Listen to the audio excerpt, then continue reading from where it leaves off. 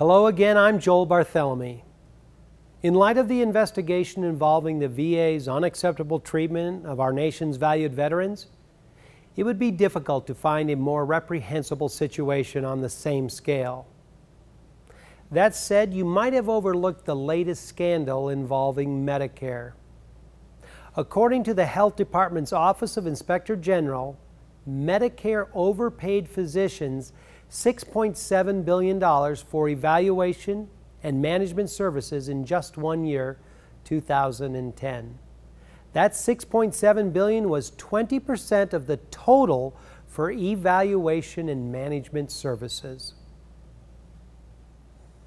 Of course, mistakes can happen, but come on. How do you explain one so huge in just this one area of healthcare where 1 of every 5 taxpayer dollars isn't spent appropriately? Evaluation and management are the very basic patient health assessments. The OIG report doesn't blame doctors. It says the overpayment stemmed from incorrect coding and poor documentation, and points the finger at the confusing instructions. But here's the really interesting part. Medicare has known about this so-called upcoding, in which physicians bill for visits at a higher, more expensive levels for at least 10 years. The term used in the OIG report is rampant. Upcoding, it says, was rampant between 2001 and 2010. So this problem started over 13 years ago. By the way, the latest figures we have are already 4 years old. The Office of the Inspector General recommends that Medicare better educate physicians on what is needed for evaluation and management services. It says Medicare should follow up on erroneous claims. Do you think? And it should prompt private contractors to closely monitor claims from high-coding physicians. Pretty obvious stuff. Ironically, it was Medicare back in 2001, the same year the upcoding became rampant, that agreed to support reimbursement for only a few telemedicine services with geographic restrictions.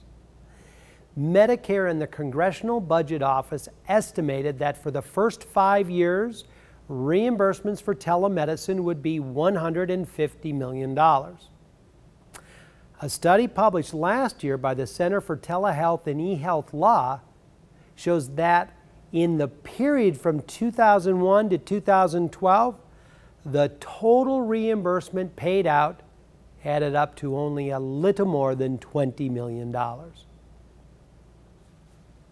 Those restrictions I mentioned not only limit reimbursements, but they also discourage many physicians from investing in connected health solutions.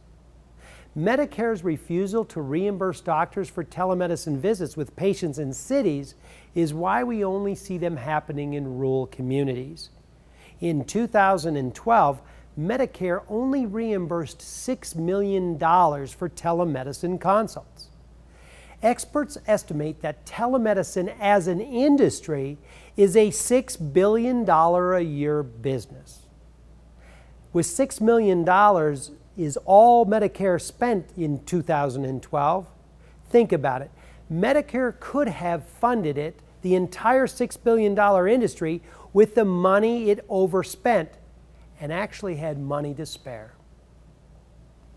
With all the published studies and how effective telemedicine is in various settings, our healthcare system today could be very different, and it could be less costly. So now Congress needs to act. It can almost immediately improve the healthcare system by tossing out those narrow geographic restrictions and order Medicare to reimburse physicians for seeing seniors wherever they are, in urban centers and in rural towns. This will help transform healthcare delivery for everyone. Truly, everyone. What do you think? Send me an email. My address is joelsblog@globalmed.com. That's JOELSBLOG @globalmed.com.